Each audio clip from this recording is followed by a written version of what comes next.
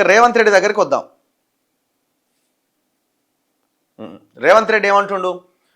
Road మీద కాదు అసెంబ్లీలో చర్చిద్దాం రా.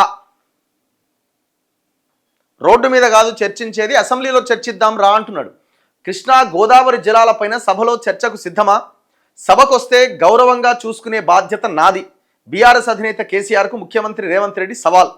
కృష్ణా జలాల్లో 36% చాలు అని సంతకం చేసింది కేసీఆరే.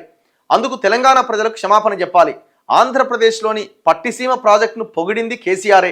ఆయన సభలు పెట్టిన చోటల్లా ఆ వీడియోలు ప్రదర్శిస్తాం. ఉమ్మడి ఏపీలో కంటే కేసీఆర్ పాలనలో ఎక్కువగా అన్యాయం జరిగింది. కరుడుగట్టిన నేరస్తుడైనా మారతాడు కానీ కేసీఆర్ మాత్రం జంకు లేకుండా రంకు మాటలు మాట్లాడుతున్నాడు. కేసీఆర్ కేటీఆర్లు ఆర్థిక ఉగ్రవాదులు. కూలేశ్వరం లేకున్నా తెలంగాణలో రికార్డు స్థాయిలో వరి. మీడియాతో ఇష్టాగోష్ఠిలో అంటే చిట్చాట్లో ముఖ్యమంత్రి రేవంత్ రెడ్డి. ఇప్పుడు రేవంత్ రెడ్డి మాట్లాడిన దాంట్లో, కేసీఆర్ మాట్లాడిన దాంట్లో ఇంతకుముందే చెప్పిన ఇద్దరి దాంట్లో ఒకరినొకరు విమర్శించుకున్న దాంట్లో వాస్తవాలే ఉన్నాయి. కానీ మీరు సమాధానం చెప్పాల్సింది, ఇప్పుడు రేవంత్ రెడ్డి ఆన్సర్ చేయాల్సింది. మీరు ఏమంటున్నారు? కూలేశ్వరం లేకున్నా తెలంగాణలో రికార్డు స్థాయిలో వరి పండిందని అంటున్నారు. వాస్తవం మీరు చెప్పింది. కానీ మరి ఆ కాళేశ్వరం కూలేశ్వరం అంటున్నారు కదా, మరి ఆ కూలేశ్వరం కూలిపోయినటువంటి ఆ కాళేశ్వరము కూలేశ్వరం అని పేరు పెట్టారు కదా, మరి దాని వల్ల జరిగినటువంటి నష్టాన్ని, ఆ నష్టం ఎక్కడుంది? ఆ డబ్బంతా ఎవరి చేతిలో ఉంది? దాని మీద ఎంక్వైరీ ఎంతవరకు వచ్చింది? మొత్తం కాళేశ్వరం ప్రాజెక్టు మీద విచారణ చేయకుండా కేవలం 3 రిజర్వాయర్లకే పరిమితమై ఎవరితో కుమ్మక్కయ్యారు మీరు? రేవంత్ రెడ్డి గారు ఆన్సర్ చెప్పాలా? ఒక 3 రిజర్వాయర్లు అంటే మేడిగడ్డ కుంగిపోయిన తర్వాత, అంటే అంతకంటే 1 సంవత్సరం ముందే ఆ లక్ష్మీ పంప్ హౌస్ మునిగిపోయింది కదా, మొత్తం బాహుబలి మోటార్లని మునిగిపోయినాయి కదా, జస్ట్ 1 ఇయర్ బిఫోరే. మరి దాని మీద ఎందుకు ఎంక్వైరీ లేదు? మల్లన్న సాగర్ మీద ఎంక్వైరీ ఎందుకు లేదు? ఎన్నో టన్నెల్స్ ఇవన్నీ కూడా కూలిపోయి మళ్ళా కట్టిరు, మళ్ళీ కాలువలు ఇదైపోయినాయి. మరి వాటన్నింటి మీద ఎంక్వైరీ ఎందుకు లేదు? అలా మీరు కూలేశ్వరం అని మాట్లాడతారు, ఆర్థిక దోపిడీ అని మాట్లాడతారు. ఆ ఆర్థిక దోపిడీ, ఆర్థిక నేరగాళ్ళనే, మీరు అంటున్న ఆర్థిక ఉగ్రవాదులనే రికవరీ చేయమని అడుగుతున్నాం కదా, మరి యాక్షన్ ఎందుకు లేదు? ఏమనంటే సిబిఐకి మొత్తం ప్రాజెక్టు మీద సిబిఐకి ఇచ్చిరా? ఆర్థిక ఉగ్రవాదులు అన్నప్పుడు భూముల కేసులు ఏమైనాయి? రేవంత్ రెడ్డి భూముల కేసులు ఏమైనాయి? ఎన్ని కేసులు? ధరణి మీద ఎంక్వైరీ ఏమైంది? ధరణి మీద ఎంక్వైరీ ఏమైంది? వేలాది లక్షలాది ఎకరాల భూమి వాళ్ళ తెలంగాణది కాకుండా పోయింది కదా, ఆ ఎంక్వైరీ ఏమైంది?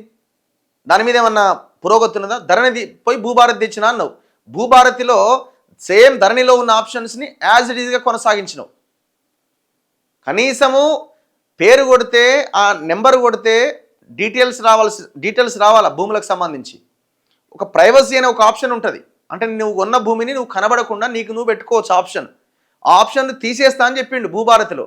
ఇప్పటికి కూడా యాజిటీగా కొనసాగుతున్నది. ఇక నువ్వు ఆర్థిక ఉగ్రవాదులను ఎవరి గురించి మాట్లాడతావు? నువ్వు మాట్లాడినా జనం నమ్మరిగా.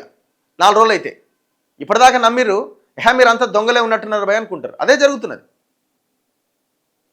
టానిక్ కేసు ఏమైంది? కాంప్రమైజ్. కార్ రేసింగ్ కేసు ఏమైంది? గవర్నర్ సంతకం పెడతాడు, లేకపోతే తెల్లారి అరెస్ట్ అన్నాడు మన జూబ్లీహిల్స్ ఎలక్షన్లో. గవర్నర్ సంతకం పెట్టింది కదా, ఏమైంది మరి? ఇప్పుడు అరవింద్ కుమార్ డిఓపిటి మళ్ళీ అది పర్మిషన్ అని మళ్ళీ మాట్లాడుతున్నాడు. ఫోన్ ట్యాపింగ్ కేసు ఏమైంది? ఎన్ని కేసులు ఇట్లా? ఏ కేసు ముందుకు పడలేదు, ఎవరిని అరెస్ట్ చేయవైతే నువ్వు మళ్ళీ ఆర్థిక ఉగ్రవాదులని మాట్లాడుతున్నావు.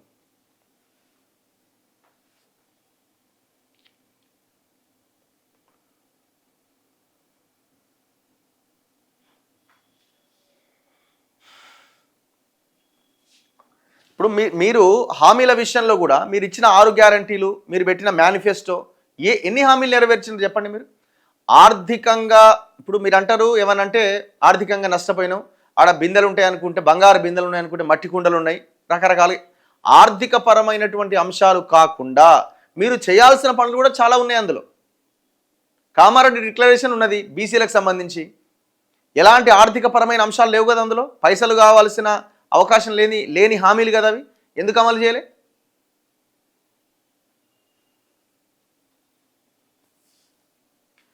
సో అందుకే ప్రజలకి మరీ రిక్వెస్ట్ చేసేది ఏంటంటే, ఈ ప్రెస్ మీట్లు చూసి మనం ఈయన బాగా మాట్లాడిండు, ఆయన బాగా మాట్లాడిండు, నోరున్నది ఇద్దరికి, బాగానే మాట్లాడతారు ఇద్దరు. ఇటు కేసీఆర్ అయినా, అటు రేవంత్ రెడ్డి అయినా, కిషన్ రెడ్డి అయినా, రామచంద్రరావు అయినా, ఇంకెవరైనా బాగానే మాట్లాడతారు. ఓ స్పీచ్లు దంచుతారు, ఏదన్నా మాట్లాడతారు. తెల్లారి పేపర్లలో తాటికాయంత అక్షరాలతో బ్యానర్ ఐటమ్స్ వస్తాయి. కానీ వాళ్ళ వాళ్ళ పనితీరు ఎట్లా ఉంది, వాళ్ళ అడుగులు ఎటువైపు ఉన్నాయి అనేది మనం ఆలోచించాలి. ఇద్దరు కలిసిపోయే ఉన్నారు. ఏమి ఈయన చూడండి, బీఆర్ఎస్ను రాష్ట్ర ప్రజలు మర్చిపోయారు. ఎవరైనా రామచంద్రరావు, తెలంగాణలో ఆ పార్టీకి భవిష్యత్తు లేదు, రాష్ట్రంలో ఓటీపీ రాజకీయాలు చెల్లవు, కేసీఆర్ బయటకు రావడం కూడా అలాంటిదే, కాంగ్రెస్కు ప్రత్యామ్నాయం మా పార్టీని, బీజేపీ కార్యకర్తలను వేధించడానికే విద్వేషపూరిత ప్రసంగ బిల్లు, బీజేపీ రాష్ట్ర అధ్యక్షుడు రామచంద్రరావు. ఇక బిల్లుల గురించి వీటి గురించి మీరే చెప్పాలా. బీఆర్ఎస్ను రాష్ట్ర ప్రజలు మర్చిపోయారు, ఆ పార్టీకి భవిష్యత్తు లేదు, కాంగ్రెస్కి ఆల్టర్నేట్ మేమే. మరి కాంగ్రెస్కి మీరు ఆల్టర్నేట్ కావాలని మీరు ఎంత గొప్పగా పనిచేయాలా? ఆ దిశగా పనిచేస్తున్నారా? హుజూరాబాద్ పంచాయతీ తేల్చండి ఫస్ట్. ఆ లోకల్గా ఉన్న మండలాధ్యక్షుడు ఇంకొక ఇద్దరు ముగ్గురు కూడా రాజీనామా చేసినట్టున్నారు. బండి సంజయ్, ఈటల రాజేంద్ర గొడవ వల్ల నలిగిపోతున్నారు మీ పార్టీ కార్యకర్తలు. వీళ్ళు కూడా కొల్లిడారు ఇద్దరితో, వీళ్ళు ముగ్గురు ఒకటే. ఇగో ఈడ కేసీఆర్, ఆడ రేవంత్ రెడ్డి, ఈడ రామచంద్రరావు, ఈ ముగ్గురు ఒకటే దగ్గర ఉన్నారు. చాలామందికి ఏమంటాడే, నువ్వు ఏదో ఒక వైపు ఉండాలి కదా, నువ్వు ఇట్లా ముగ్గురిని ఒకే ఘాటిన కడితే ఎట్లా అంటే, అట్లా ఉన్నది కాబట్టి అట్లనే మాట్లాడుతున్నావు. ఈ తెలంగాణకి ఆల్టర్నేట్ తప్ప ఇంకొక ఆప్షన్ లేదు. ఒకటి ఆల్టర్నేట్ కావాలి, ప్రజల కోసం పనిచేసే తెలంగాణ సోయి ఉన్న వాళ్ళు కావాలి. ఒకటి, ఈ మూడు పార్టీలు ఆ పరిస్థితుల్లో లేవు. రెండోది, ప్రజలు అమ్ముడు పోకుండా ఓట్లేసే పరిస్థితి రావాలి. ఈ రెండు జరిగినప్పుడే రాష్ట్రం బాగుపడుతుంది. అంతవరదాకా ఈ రాష్ట్రాన్ని ఎవ్వడు బాగు చేయలేడు. ఇట్లనే ఉంటుంది. నువ్వు హామీల కోసం ఈడు పెన్షన్ ఇవ్వలేదని, అది ఇవ్వలేదని కొట్లాడుతూనే ఉండాలా, మాట్లాడుతూనే ఉండాలా. ఒకటి పోతే ఇంకొకరిని అధికారంలోకి తీసుకొస్తూనే ఉండాలి. అది తప్ప ఇంకొకటి జరిగే అవకాశం లేదు. ఇట్లనే ఉంటుంది. రాష్ట్రం ఇంకా భయంకరంగా తయారవుతుంది.